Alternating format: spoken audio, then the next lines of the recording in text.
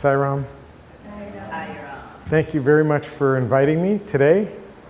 Special week, and I'd like to offer my humble salutations, my humble pranams to Swami's lotus feet. Thank you very much. Please speak through me. So I just want to, I want to know people's names if it's okay.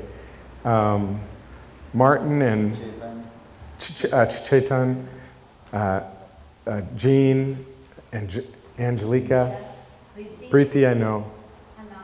Ananya, very nice to see you. Daniela,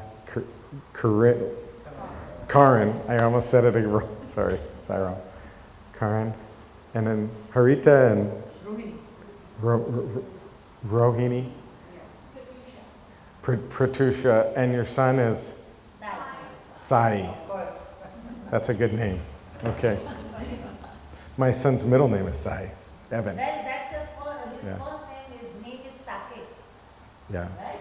Yeah, Sai Sake. I have an Evan Sai.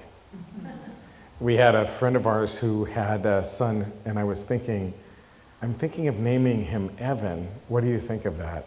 And she said, we named our son Evan.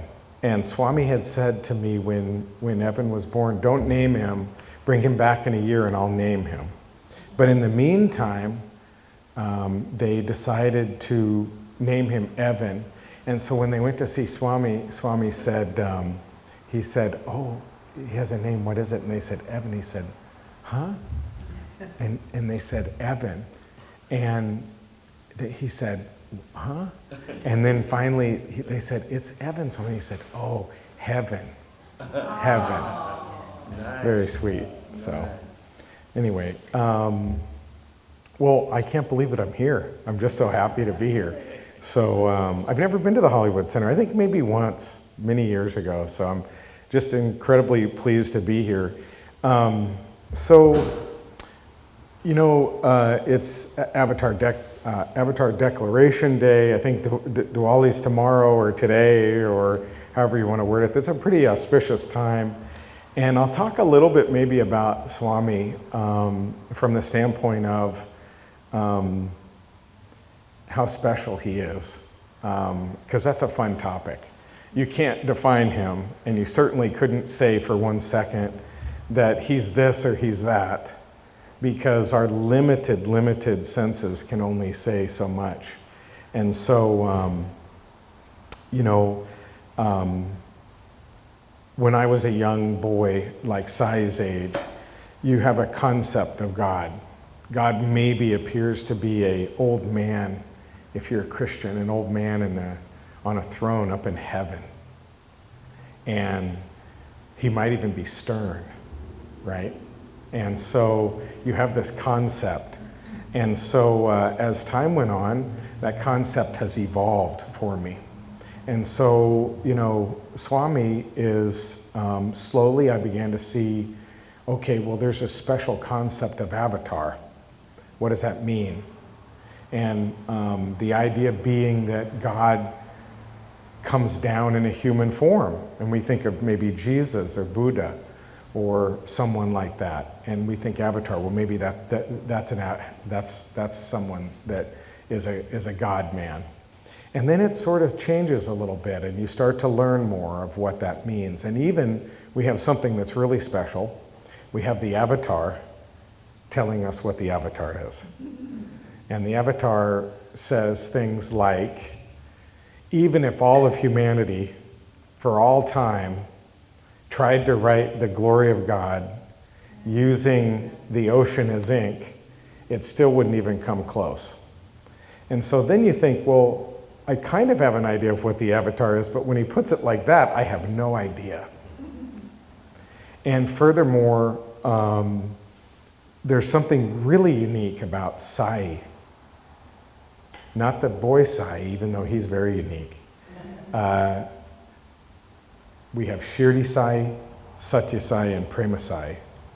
And some would say that that's the Kali Yuga avatar, if we're subscribing to a Vedic look at what all of the 10 avatars are, right? And then Swami says, but beyond that, the Sai avatar has never happened. So what does that mean? That means that time repeats itself over and over.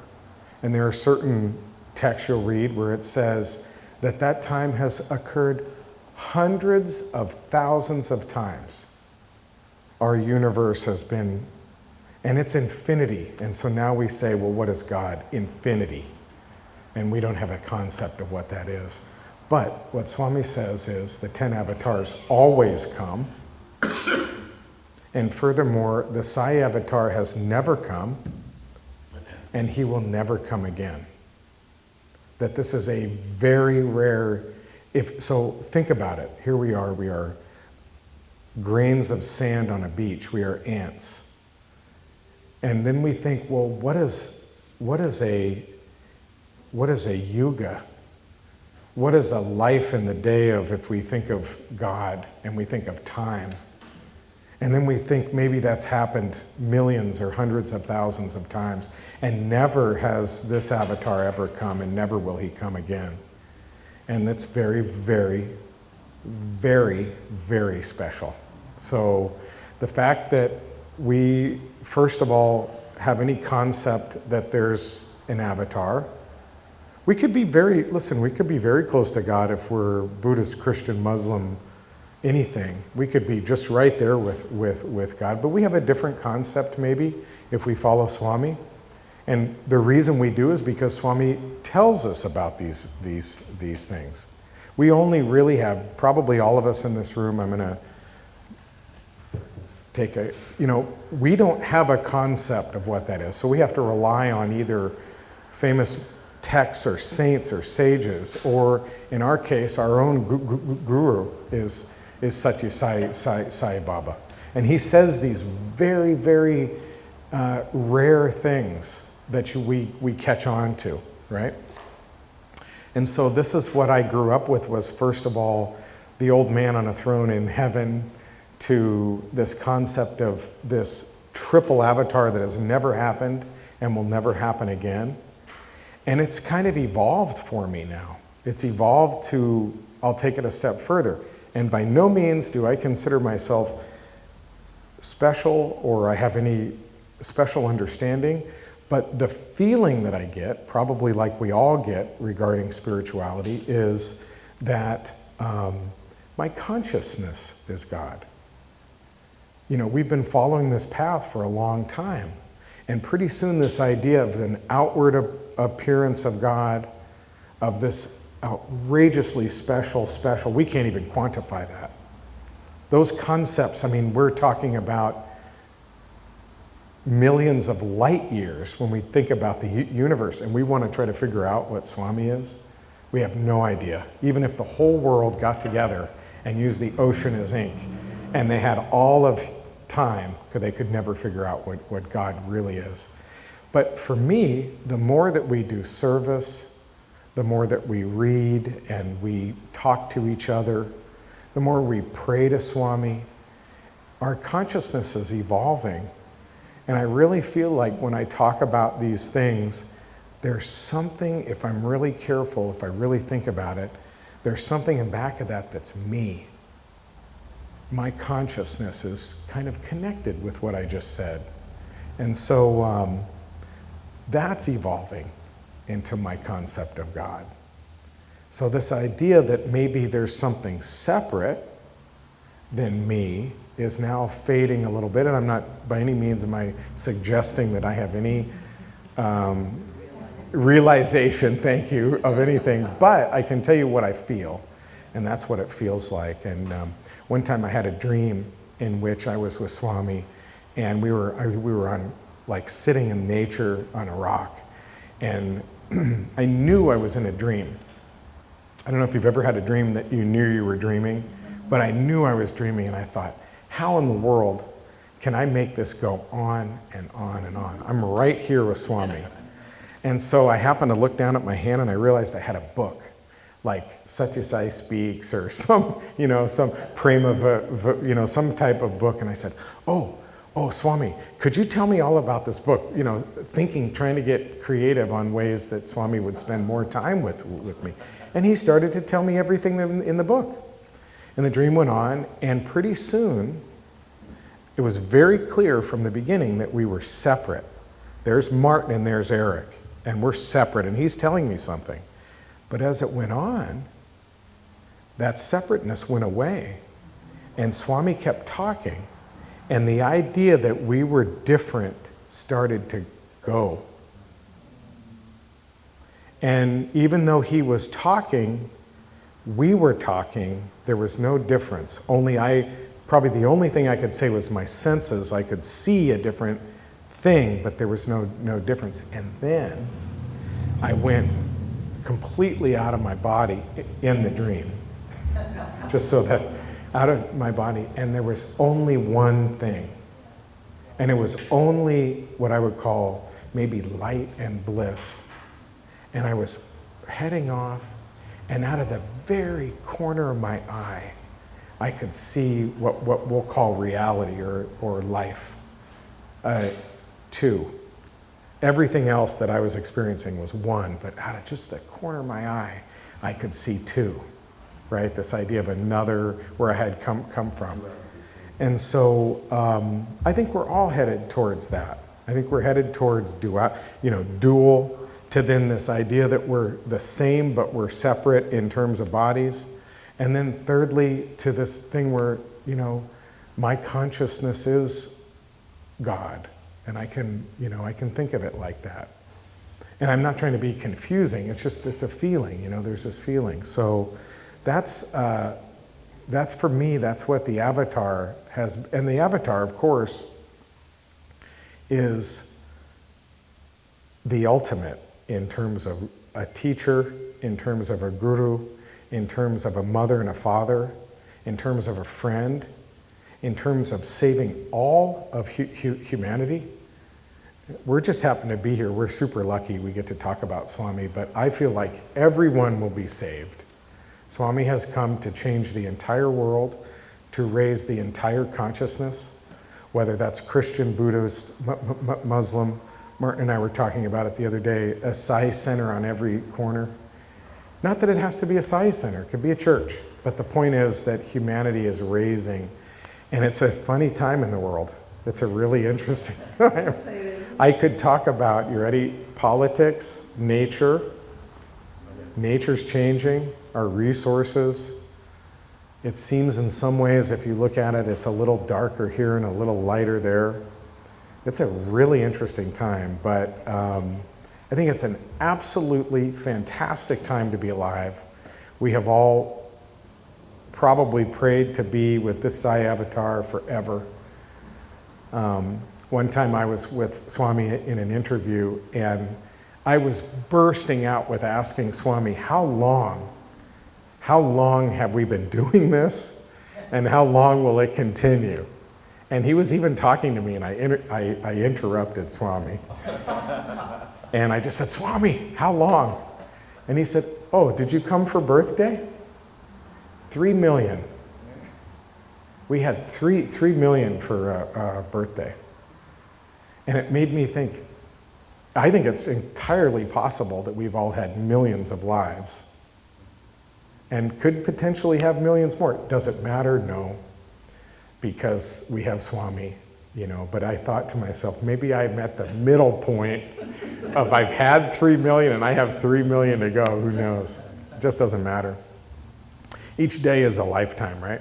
So the concept of avatar, and what's really interesting is in some of the things that I've read, and maybe some of the things even Swami said is, we have all started, our consciousness has all started from earth, and then it becomes a vegetable, and it becomes an animal, millions of lives, right? Hundreds of thousands of bacteria and paramecium and different things and then finally, there's higher evolution with a vegetable and an animal, and pretty soon you're a cow maybe, or you're a horse, and then finally you're a human being. And here we are, we're born, and then we are born lifetimes and lifetimes trying to evolve. And so something that's really important that crosses my mind a lot is time. Time is very important. Every moment counts. We have a choice on what we think about. And time is God. Don't waste food, money, energy, and time, right? And so time, does anybody here know how long they've got? Only the now. And the other thing is, when will we come again under these circumstances? So live every moment as if it is the last, and then move on to the next. And all we can do is the best we possibly can. But that's I think it's really important. So time is a big one for me. I also feel like nature and our lives are the teacher. Swami works through everything we come in contact with, the good and the bad. Everything is happening for our good, our greater good always. And sometimes it appears bad, and then all of a sudden you're like, well, why did I see it bad? It actually turned out good. I didn't get that job, or I didn't marry that person, or I didn't, whatever it was, there's a reason, you know? And it's always for our own good. And the other thing is, Swami is just constantly looking out for us. And so the way to transform ourselves is to always be thinking of Swami. Try to repeat his name if you can, and then if you're not, do the work the best you possibly can for Swami, and then move on to the next moment, and the next moment, and the next moment. And so just wanted to talk a little bit about that. Perhaps I'll say a little bit of, who has ever heard me talk? Everybody's heard me talk, I think, right? Okay. Then I won't tell about too many of my stories. So I'll tell a couple stories, but, huh? I'll tell that story. That's a good one. So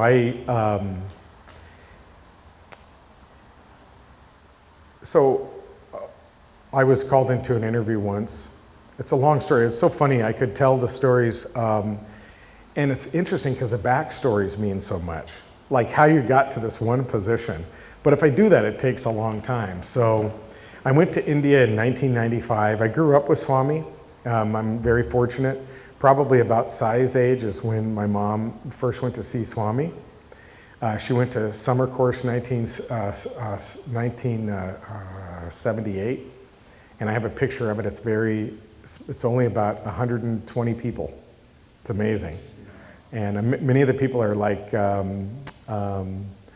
Bob Bazzani, Barbara Bazzani, Robert Baskin, people like that. My mom's there, Susie Salguero, a lot of people from Southern California, Dick and Janet Bach, people like that, right? So anyway, I grew up young with Swami, but I didn't get a chance to see him until I was about 27. And so in 1995, I went to see Swami with my wife. I had just been married, and my mom met us at the airport, and we, has everyone been to Puda Party? So you land in Bangalore and you take a taxi, and for me, it was like an adventure of a lifetime, getting in that taxi and driving through the country and stopping for maybe a Coca-Cola or tea or something like that. Just an adventure of a lifetime. I was so alive with every moment driving to see Swami. And we got there about 2 o'clock in the afternoon or something like that, and just in time for evening darshan. And I went to darshan, and I was sitting way back, maybe from here to the street, maybe further. And it was like, oh, there's Swami. Now, this is someone that I have prayed to and thought of my entire life, and I'm seeing him for the first time. And it was kind of like a picture, like that's my Swami, and there's Swami right there. And bhajans, and I watched him. And then in the morning, I came back early, and of course you line up for chits, and I got like row number 1. And so I got into the mandir area, and everybody knows the area. So instead of sitting on the front line, I decided to sit in back of like a 6'8" German man. And there's nobody in there, and the Sevadal looked at me and says, what is he doing? And he moved me to the front row. And Swami came out, and he came by, and I was sobbing, just there's crying, there's tearing up, there's crying, there's sobbing, and then there's a fourth or fifth level that is really bad, and that's where I was. I was in really, it was terrible, yeah, right? I covered my face, I knew I didn't look good, I'll just put it like that. And I was like literally peeking through my hands at Swami, just sobbing. And I had this moment where like our eyes locked close, it was from here to the sign. And I stopped crying immediately. I was like transfixed for a minute. And he said, wait.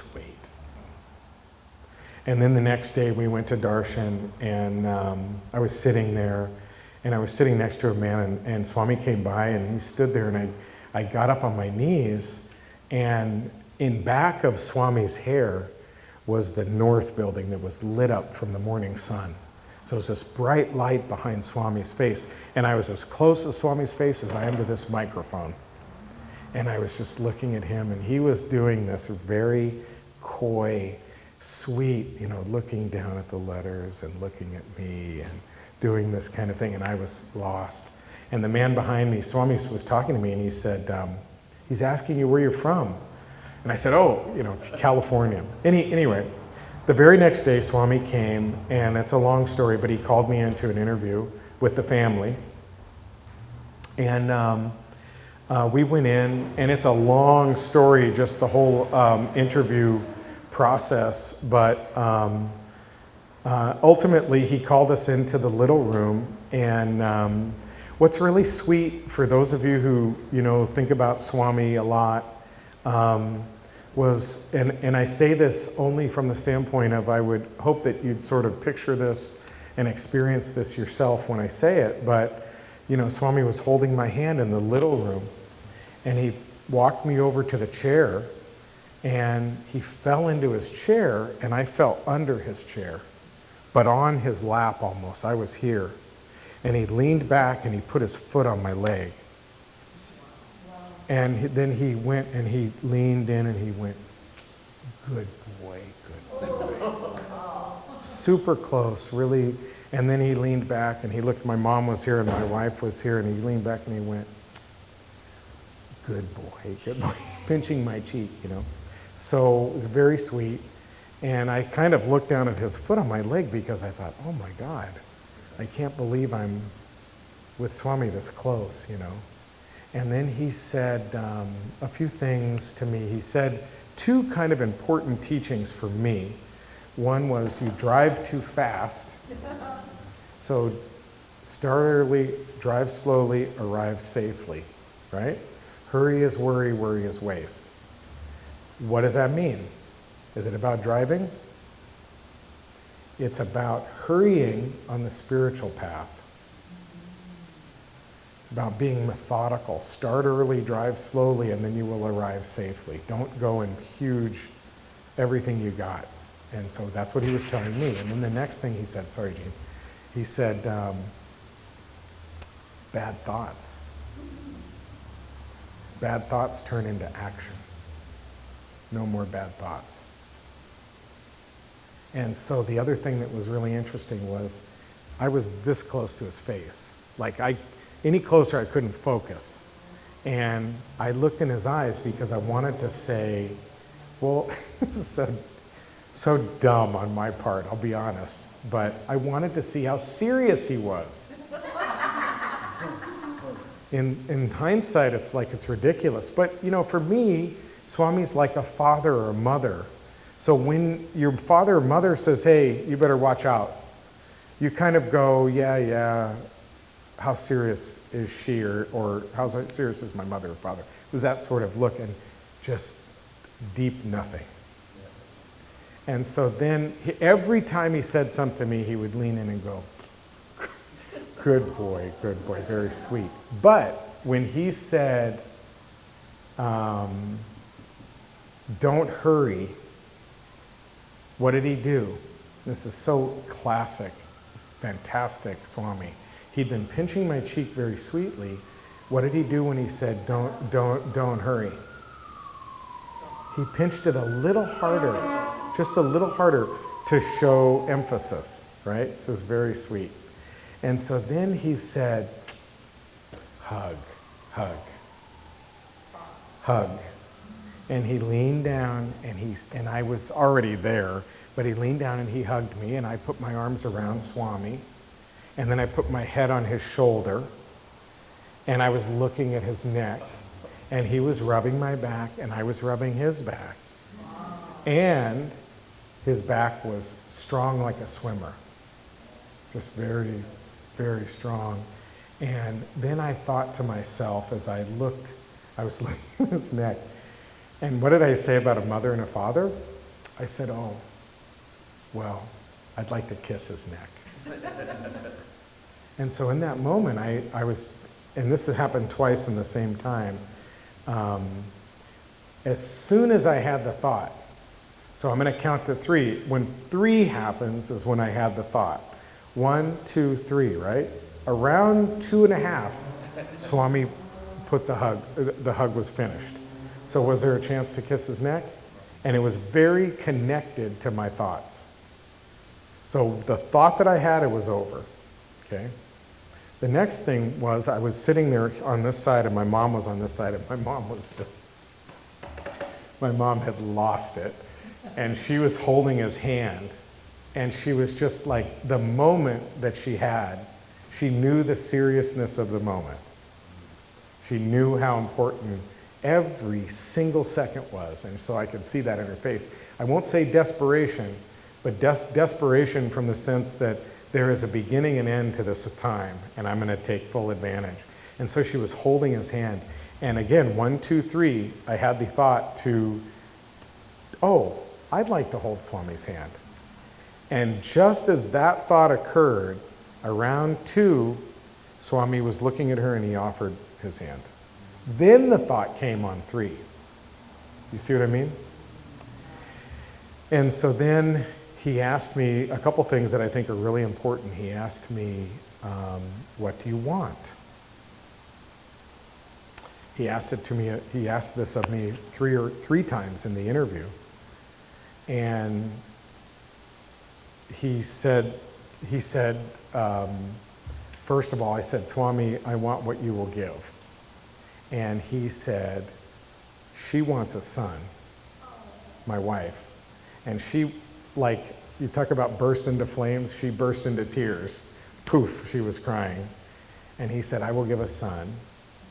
And then he looked at me again, he says, what do you want? And I said, Swami, I want what you will give. I knew there is no answer I could ever give that is not as good as Swami's. His is the best.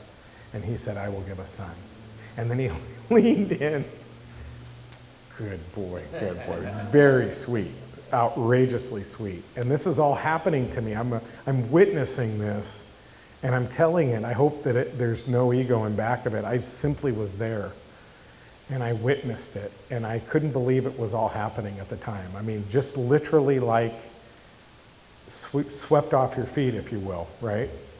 And so anyway, the interview was over. We went back into the main room, and he asked me again at some point. He had this long discourse to us, long on the Hridaya. Jesus, the compassionate heart of Jesus, the Hridaya. Sorry, Gene, keep hitting the mic. And so this long discourse that I barely heard a word, even though I was sitting there, I did hear it, but I was so focused on what Swami was saying. And then finally he took a ring from someone, and it was 3 diamonds. It was an Iranian man who didn't speak any English, and he went, oh, he wants it 1 diamond. And he went, and it was 1 diamond. And then he gave it back to the man who was from probably Iran or somewhere in the East. And at that moment, this was really interesting. At that moment, you know, I have my peripheral vision here, and I'm looking at Swami, and everybody in the room thought, oh my God, he just turned that ring into something. I'm going to find a thing that Swami can, I couldn't believe it. And in my peripheral vision, all I could see was every single person turn away instantaneously for that second. And Swami leaned in again and he says, and what do you want, sir? And then he looked away. So what is it, what's the question? What do you want? So everyone in this room has desires of some kind. Fame, money, intellect, you know, what are the 4 different, you know, pillars of things we can go after, right? And they all sort of fall into that category. Do we care what other people think? Do we want to be rich? Do we want to be smarter, or in some ways perceived smarter? All of these are external desires. And the funny thing is, every time you think about what you want, let's say I want a bigger job or I want more money. Why? So then you start to follow the why deeper. Well, I want to have more money so that maybe I can help my parents. Well, why do you want to help your parents? They're already really taken care of. Well, I want to be perceived as taking care of my parents. Why do I want to be perceived as taking care of my parents? For my friends, does it matter what they really think? I obviously want the money so that I will look good to other people. Why do I need to look good to other people? Well, and then I start to follow that desire even further. And so what do you want is a really great question. And why? But what it also brought me to was it brought me to this understanding of who am I? And what's really interesting to me about that is when you follow that same logic deeper, am I the body? Am I Eric? Am I my desires? Am I my mind? Am I my thoughts? So then you start to dive deeper, and pretty soon, you know, you start to realize, well, I'm just nothing but love. That's really all I am. Because the thoughts come and go. I'm witnessing something. Am I the person witnessing it? No, there's something deeper. What is it? And yet, when you dive in deep, for me, I've used that same logic to say, I'm actually love. That's all I am. And actually, when I describe, like, am I good at anything? I'm good at loving. That's what I want to do. So those are a few of the things to talk about tonight. How much time do I have? Plenty. Oh, plenty? Oh, no. Okay. Martin, what else? Maybe some questions? Oh, yeah, that's a great idea. And repeat the questions. Yes, sir. I don't know if anybody has any questions. Not that I'm qualified to answer them, but yes, sir. How did you feel and how did you handle Swami's passing? Oh, that's a good question. I remember it clearly. Yes, how did I handle Swami's passing, leaving the body? Well, it was surprising, because what did he say? 96 years, 95 or 96 years? And how old are you, like 88 or 80, something like that? So I said, something's wrong. Well, the magician, Krishna, the most amazing, incredible God himself says, no, 96 years according to a lunar calendar is what it ended up being. Who can hold him down? Who can figure anything out he's going to do? Absolutely no way. Martin and I talk about it all the time, and I'll answer the question in just a second, Gene. Like, there's this whole idea of the future, what's going to happen. I have no idea. I don't even think about it for a second. He and I laugh about it because he does. I don't really think about it for a second because I just have that much, like, I know it's going to be fantastic. It's going to be beautiful. It's going to be amazing. And we are just really fortunate, so I leave it at that. But that's kind of funny. But how did I handle his passing is, I remember very clearly, we probably all can remember this. I was sitting on the couch when I got the email or the text or something like that. And I felt the same way that I do about, like, the future, which is, it didn't surprise me so much that I just, like, it was incomprehensible. I can tell you that I had just accepted a position within the organization. He was leaving, Swami was gone. It was a really interesting time. But someone said, and this is how I'll sum it up, how I handled it, Gene, which was, everything has changed and nothing has changed. And that was like the most profound thing to me. Like, in a way, for me, everything has changed. Now I don't have that form. But this has happened with my parents, and this happened with Swami.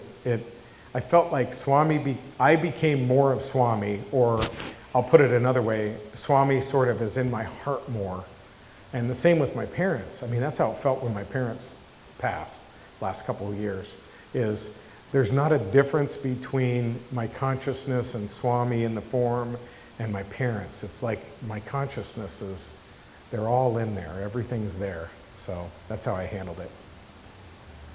You said that you finally saw Swami when you were 27. What happened in between being a little boy? Well, we can't repeat those things here. I'm just kidding. I was a Southern California boy. I grew up in San Diego. I just came back from there today. And I was a pretty wild teenager, surfer boy. I played a lot of basketball. I was very, very, very typical, normal teenager, California 80s, growing up in the 80s, which was a lot of fun in California. And for me, when I thought about Swami, he was just God to me, and I prayed the Gayatri, but it was, you know what it was? And what's interesting about that question for me is, it was very much a Christian model on Swami. So think of this, American boy who, his model is the old man on the throne in heaven, completely, if I will, dual. Like, there's God and I'm here, and maybe when I go, I'll go to heaven, and who knows, maybe I'll even be in my body somewhere, And I put that model on Swami, but as I said, you evolve, you have a different understanding of who maybe this form is, or who Jesus is, or, and you start to evolve, and pretty soon it wasn't so much, he's there and I'm here. And that's kind of the interesting part of my youth, I would say. And, the whole reason I really am, I think about this all the time. I am absolutely nobody. I'm less than nobody. I'm just some person. And how do I know about Swami? I'm so lucky that my mother found him, and that somehow my fate is with Swami. I have no idea why. 2, 4, 6, 8, 10, 12, 14, 13 people in this room tonight. And around us, within a 5-mile radius, is maybe 1 million people, who knows, right? And we have 13 here tonight. And it's okay. It doesn't mean that the person is more devout than I am going to see Jesus or Buddha or going to the mosque. That's fine. It doesn't have to be Swami. But I do feel that there's a special part about Swami for me. I feel like he's a special form for me. And so it's just really interesting how it evolved. So, yes, sir. So you shared the other day a story when, I think it was in 1996, when Swami materialized the Bible. Yeah, well, he materialized a Bible. I was there for the officer conference in 96 or 97, and they all asked him a bunch of questions. And so, do you want to elaborate on that one question? Oh, yeah. Martin's asking me about when Swami materialized a little white Bible, he also answered a lot of questions around the Bible, and that was interesting when we were there. So that was beautiful because he made some absolutely amazing comments about Jesus, and how Jesus, like I said, was the compassionate heart of Jesus, and how he was no ego, right? And so some really beautiful comments there. Yeah, I'm the truth, the light, and the way. And he just said that, Jesus didn't have any ego at that point. So it was pretty amazing. So one of the things that happened in the interview that I was with that I think shows a little bit of from an avatar standpoint, and his everywhere at all times aspect was in around 94 or 95, before I had gone to see Swami in 95, I had been driving on a mountain road. And mountain roads have that, they wind into the mountain and around and they go up, right? And when you're driving up the mountain, when you go around the outside, your lane is on the outside of the mountain. And sometimes, if you're lucky, there's a turnout around each curve on a mountain going up, right? I was singing songs about God. I was thinking really a lot about Swami driving. And I came around this corner. I was going to come on the outside of the curve and go around. And I was in my station wagon or whatever I was driving. It's a funny car. And I looked underneath of this big dump truck that had a trailer with another dump truck. You can picture that, pulling it. And I looked under the wheels and I could see that he was turning too close on the mountain. Don't ask me why. Now, this is why we say every thought we have is God. And just think of it like that. So, for whatever reason, Swami came in my thoughts, and I could see under the tire. And at that moment, I turned off of the road. And when I looked back, so I turned off and I looked back in my windshield, and I could see the bottom of the tires. They were at least as tall as these chandeliers here. The bottom of the tires, not the top, the bottom. So the back truck was completely off the ground. It had hit the mountain and pulled it into the air, and I would have been underneath of those wheels.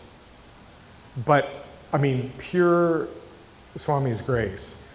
And not only did I see the wheels, but I also, as I was turning off, I looked up and I could see this Hispanic man with sunglasses, and he was driving his truck. You know how they bounce? You know how those seats bounce? And he was bouncing and looking down at me.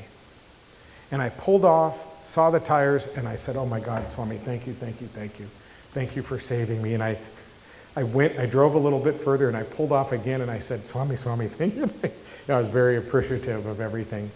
So now to the interview we were in.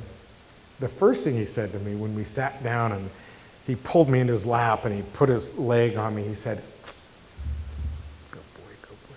Do you remember when I saved you those 2 times?" And then he went like this. And he looked down at me exactly like the driver had. Now, the interesting thing is, I had never told anybody the detail of the driver. I had never mentioned that.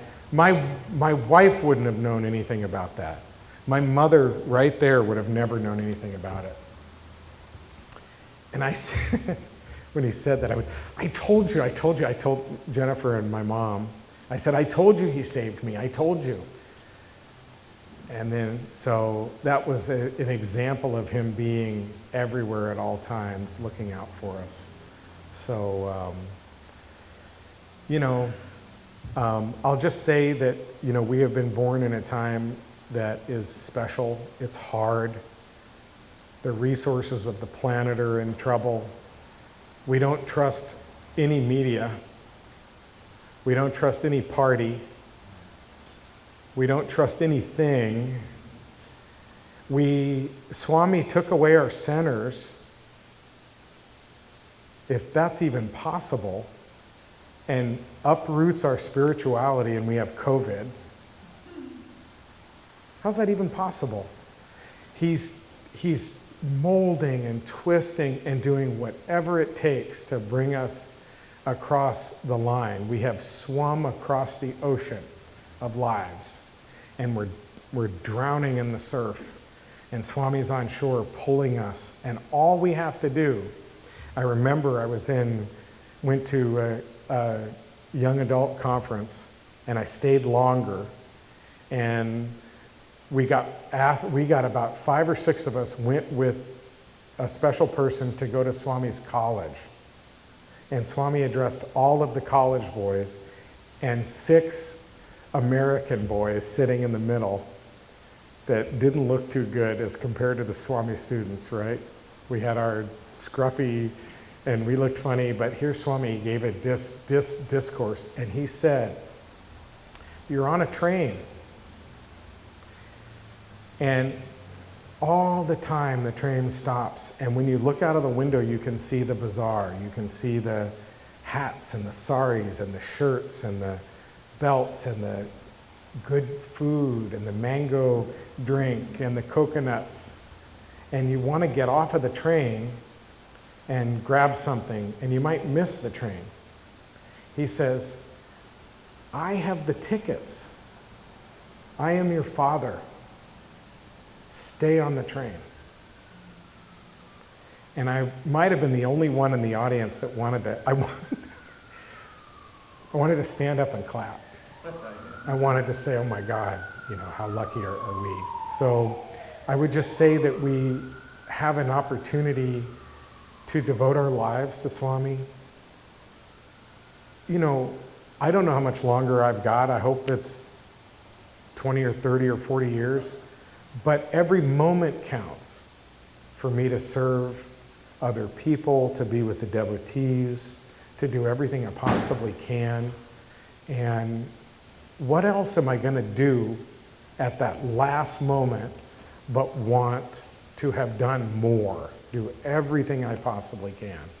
And so for me, that's the goal of my life, is to serve Swami and think of him and remember that he has the tickets.